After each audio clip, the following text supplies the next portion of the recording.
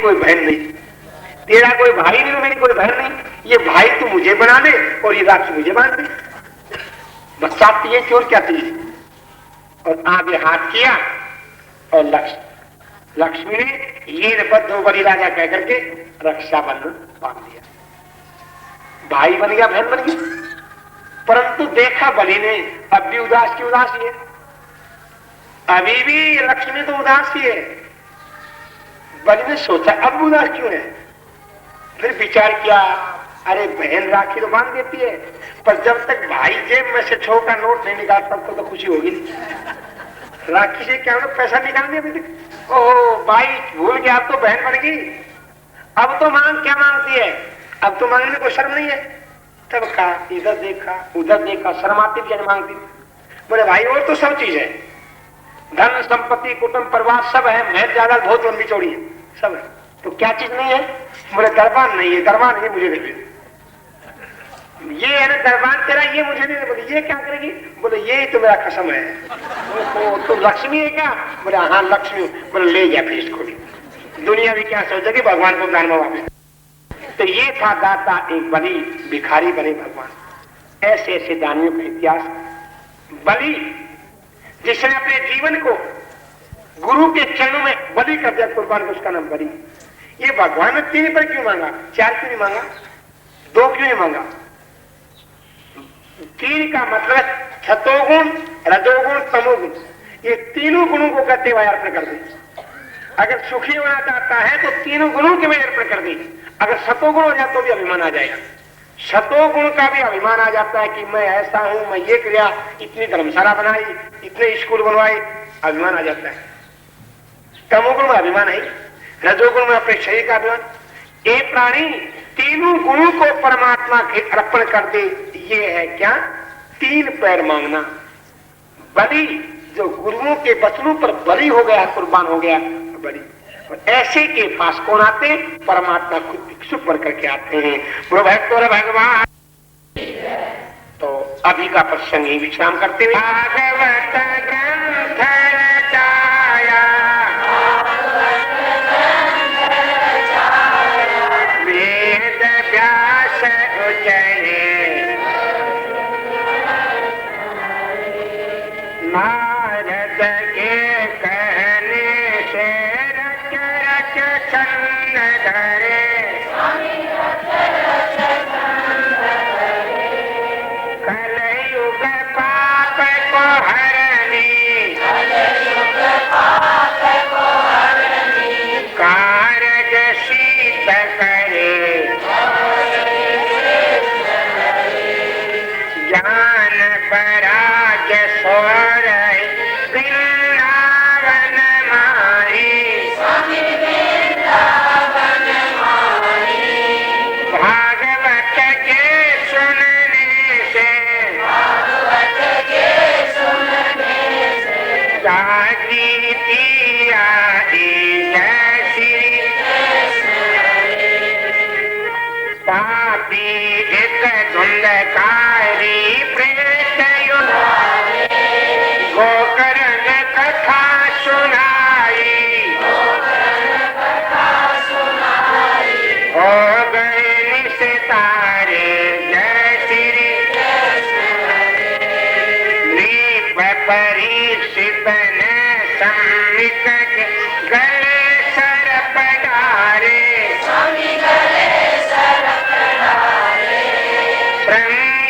श्राप दिया था,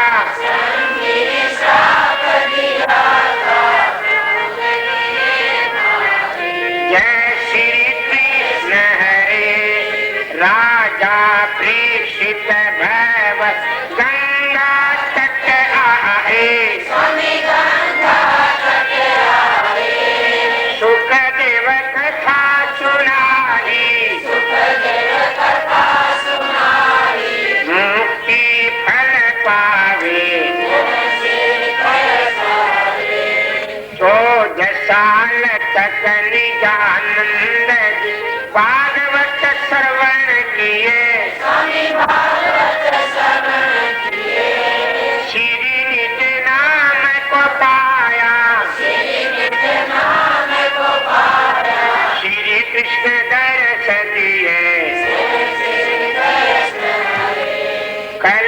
काल में जो जन भागवत सुन पावे, स्वामी भागवत सुन पावे, सतगुरुदेव फरमाते, सतगुरुदेव फरमाते, परम धाम जावे, जय श्री कृष्ण हरे, स्वामी जय श्री कृष्ण हरे, भागवत ग्रंथ रचाया, भागवत ग्रंथ रचाया, वेद व्यास उतरे, जय श्री कृष्ण, जय श्री कृष्ण हरे, स्वामी जय श्री कृष्ण, भागवत ग्रंथ रचाया, भागवत ग्रंथ रचाया, वेद व्यास उतरे, जय श्री कृष्ण, वो विश्व कन्हैया लाल की, श्री प्राणनाथ प्यारे की, वृंदावन बिहारी लाल की, भक्तर भगवान की। पर आजकल तो बड़ा भक्ति भाव बढ़ गया, राजा लोग संतों की आरती उतारने लगे और सत्संग वार्ता हुआ। और राजा ने कहा, महाराज मेरी इकलौती राजकुमारी है, उसका शादी विवाह का चिंता लगी है, आप उसकी थोड़ी हस्तरेखा देखो, उसके लायक कोई वर बताओ। देखा, नारद के मन में मोह पैदा हो गया। कहा, ए राजन, तेरी लड़की की मस्तक रेखा हस्तरेखा है बहुत तेज, लिखा है इसके साथ जो शादी करेगा वह 14 लोगों सबसे बड़ा होगा। ये संवर रख दो और 14 लोगों सबसे बड़ा होगा, वो भी आ जाए। और नारद के मन में हुआ, अच्छा चांस है, इससे अच्छा चांस तो तुम्हें मिलेगा नहीं। अगर इस लड़की की शादी तेरे साथ हो जाए, तुम भी 14 लोग का एक बात तुम्हारी बन जाएगी। और तपस्वी को मोह पैदा हो गया, पर सोचने लगा, तपस्या करके शरीर तो खराब कर लिया, ये करेगी कहाँ। अरे कोई बात नहीं, भगवान हमेशा कहते हैं नारद जी कुछ मांगो, और आज मांग लेता ऐसा सुंदर बना दो महाराज कि मेरा काम बन जाए। अबे कहाँ तपस्या किया था, उस तरफ शादी ले जाने के लिए आया भगवान के पास। जिसको मांगने होते हैं उसकी आंख थोड़ी सी नीची हो जाती, चाहे कितना बड़ा हो। नारद इधर देखता है, उधर देखता है, आंखें नीची है। लक्ष्मी ने कहा, नारद जी क्या बात है, आज कुछ मांगने की इच्छा है? हाँ इच्छा है, बोलो। भगवान बोले, क्या थी नारद, तू तो बड़ा प्रेम विदेशी, सबसे बड़ा प्रचारक, एडवर्टाइजमेंट करने वाला है, बोल क्या चाहिए तुझे। भगवान की एडवर्टाइज कौन करता है? नारद करते हैं। नारद नहीं हो तो कौन एडवर्टाइज करेगा? अरे महाराज और तो कुछ नहीं चाहिए, बस कृपा करके हे हरि आप मुझे हरि का ऐसा सुंदर रूप दे दो जिससे मेरा कल्याण हो जाए। तथास्तु, जाओ नारद, तुझे मैंने हरि का रूप दिया। अब संस्कृत में शब्द आना माने का अर्थ एक समझ गया, दान होते हरि मानी बंदर, हरि मानी हिरण, हरि मानी ये सांप, हरि मानी विष्णु। बोला जाओ हरि का रूप दिया, कल्याण हो जाएगा। बंदर बन गया, नारद जी बंदर बन गए। इसने सोचा मैं बड़ा ब्यूटीफुल बन गया, सुंदर बन गया। बेचारा बंदर है और चल गया। राजा के यहाँ पर स्वयंवर रचा था और सब राजा महाराजा बैठे थे। 100% पर नारद जी बैठ गया, अपने आप ही उसमें संगीत शामिल हो गया। मैं भी आया, राजकुमारी वरमाला लेकर के आई। और नारद ने तो मन में ये पक्का कर रखा है कि सबसे सुंदर तो मेरे को बनाए हैं, मुझसे सुंदर तो कोई है ही नहीं, ये वरमाला मेरे गले की निश्चित। और जैसे राजकुमारी आगे आई, नारद ने अपनी गर्दन नीचे कर दी। राजकुमारी सोचिए पागल बंदे कहां से आ गया, वो आगे बढ़ गई, फिर चक्कर लगाया, फिर गर्दन नीचे। नारद ने सोचा कितने चक्कर लगाएगी, शादी तो जब देखा नहीं है।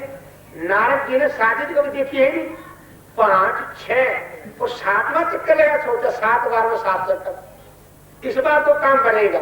और नारद ने अपना सिर उस राजकुमारी के पैर में डाल दिया, परंतु वो माला उसके गल में नहीं डली। श्याम ने भगवान विष्णु खड़े वरमाला डाल दी वहां पर। नारद को इतना क्रोध आया, अरे एक नंबर का कपटी है, तो ये कहां से आ गए यहाँ पे, इसको पता कैसे लगा स्वयं है। आस पास वाले कहते बंदर के बच्चे क्या तब कर रहा है, कहीं लड़कियां कहीं बंधु शादी करती, अपना मुख तो देखता कर, मुख देखा तो बंदर बना बना दी। तो एक नंबर कपटी है। तो मैंने कहा था हरी बनाना, इसने हरी मारी बंदर बना के देखो। अब जहां आए मैंने क्या मान लिया, हरी मारी बनाया कि बंदर बनाया। और कितने में भगवान विष्णु लक्ष्मी को लेकर आ गए। नारद जी प्रणाम, बोले प्रणाम के बच्चे एक नंबर कपटी। तो समुद्र से जहर निकला तो पिला दिया भगवान शिव जी को, वो समुद्र से निकली लक्ष्मी को काट में दबा अपने आप दौड़ लिया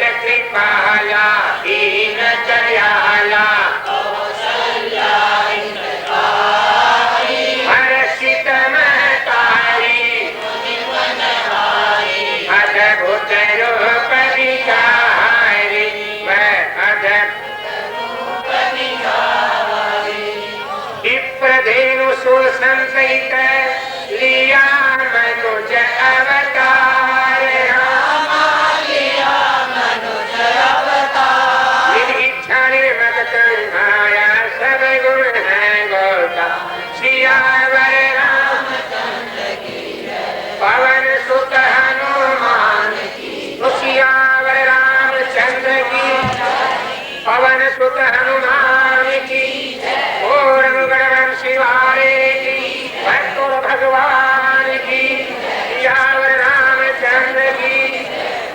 इस प्रकार से चैत्र सुदी खड़े कोई बोलेगा नहीं।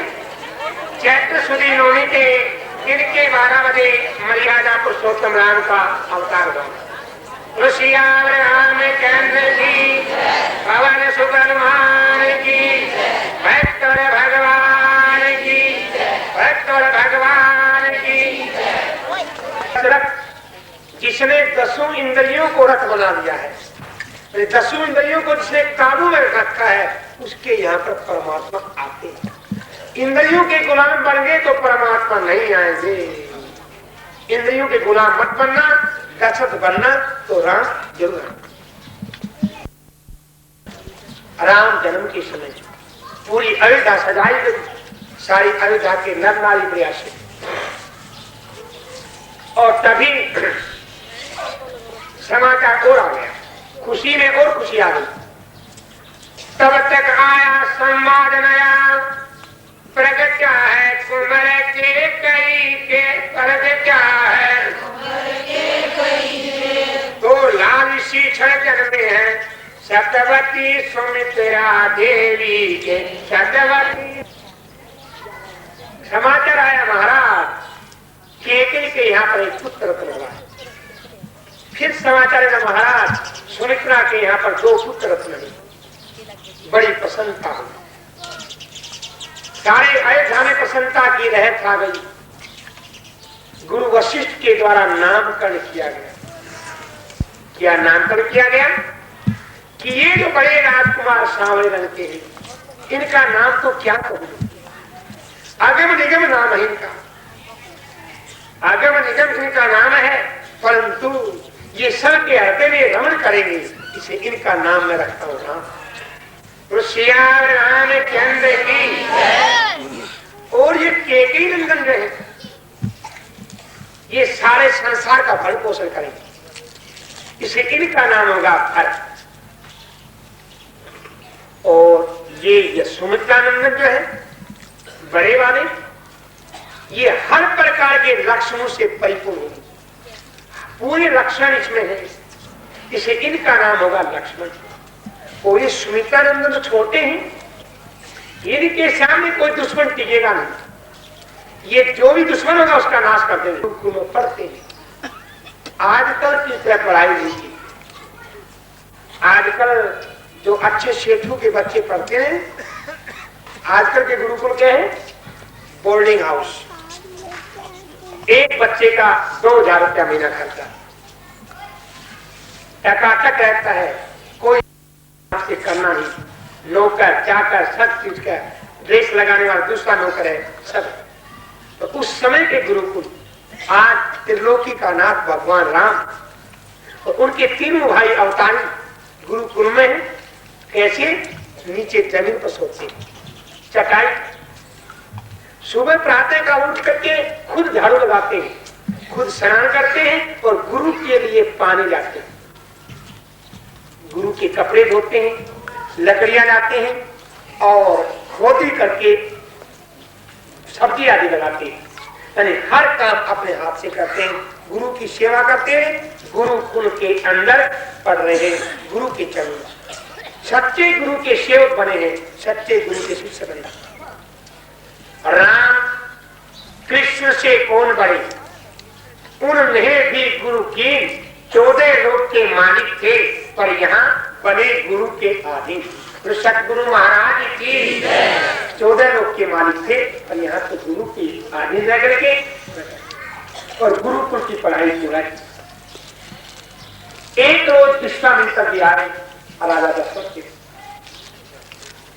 दशरथ से अनुरोध किया, दशरथ दक्षिण भारत के अंदर लंका की सीमा पर रावण के राक्षस आकर के और हम ऋषि मुनियों को बड़ी तकलीफ देते हैं, हम ऋषि मुनियों के लिए भ्रमण में विघन डालते हैं, मांस मिट्टी डाल करके उसे अवश्य कर देते हैं, तो ऋषि मुनियों को मार कर खा जाते हैं। इसलिए मैं आपके पास में आया हूं, आप अपने पुत्र राम और लक्ष्मण को मुझे दो। कहा नहीं महाराज, हाथ दो, राम लक्ष्मण नहीं दे सकता, सेना दे सकता नहीं, मोह कर गया। इतने में गुरु वशिष्ठ आ गई, उनने समझाया, एक दशरथ जिन राम लक्ष्मण को अपना पुत्र कहता है, तो तेरे पुत्र मात्र नहीं, ये विश्व का कल्याण करने के लिए आए हैं, इनका आने के अनेक मतलब है, इनको भेज दो विश्वामित्र के साथ, इनका भी कल्याण, तुम्हारा भी कल्याण और विश्व का ऋषि मुनि का कल्याण, और गुरु आज्ञा से दोनों को विदाई। राम और लक्ष्मण विश्वामित्र के साथ जा रहे, रास्ते में तारक में एक तारका नाम की बड़ी राक्षसी रहती थी, उसने बड़ा जुर्म कर रखा, किसी ऋषि मुनि को नहीं छोड़ती थी।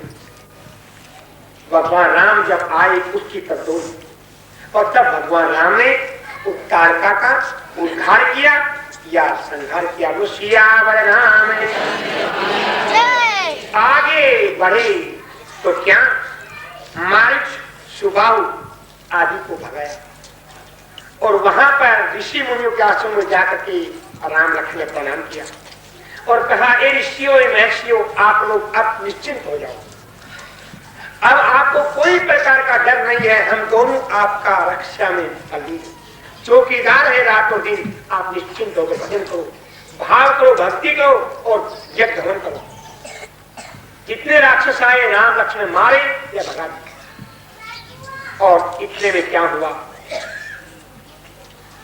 जनक विजय के यहां से मथुरापुरी से एक दूत आया, मंत्री चिट्ठी लेकर जनक राजा विश्वामित्र के नाम से संबोधन किया। विश्वामित्र महाराज, मैं आपका सेवक जनक आपकी श्री चरण प्रणाम करते हुए अनुरोध कर रहा हूं कि मेरी इकलौती राजकुमारी सीता का स्वयंवर है, समय बहुत कम है, नहीं तो मैं खुद आता, मंत्री को भेज रहा हूं, आप कृपया करके मेरी कन्या को आशीर्वाद। हमारी भारतीय संस्कृति कितनी उच्च कोटि की है कि शादी लड़के की और लड़के की हो या लड़की की हो, शादी से पहले संत महात्माओं का आशीर्वाद दिलाते थे। राजा जनक ये दिखा रहा है कि परंपरा कितनी अच्छी है। आज पर उल्टा शादी से पहले तो फिल्म एक्टरों का आशीर्वाद दिलाओगे या एक्ट्रियों का, और शादी के बाद में देवताओं को नहीं मनाओगे, दूसरों किसको। आज शादी हुआ और कल चल पड़ी हनुमान बनाने, नहीं हनुमान बनाने की। कोई काश्मीर चल गया, कोई शिमला चल गया, हनुमान को बोला छोड़ो क्या रखा हनुमान में, हनीमून मनाएंगे अपन तो। और हनीमून चरणों में शीश झुका करके कुछ खड़े हुए आनंद कंद श्री रामचंद्र मुस्का करके, श्री रामचंद्र मुस्का करके गुरु विश्वामित्र के चरणों में श्री रामचंद्र प्रणाम किया, श्री रामचंद्र प्रणाम किया। देखते देखते धनुष कभी श्री राम धाम ने उठा लिया, श्री राम धाम और श्री रामचंद्र की। भगवान राम खड़े तो सभी हुए, पर राम खड़े होते विश्वामित्र को चरणों में प्रणाम किया। और जितने भी ऋषि महात्मा संत बैठे सबको नतमस्तक किया। जैसे ही प्रणाम किया ऐसे हाथ हो गए।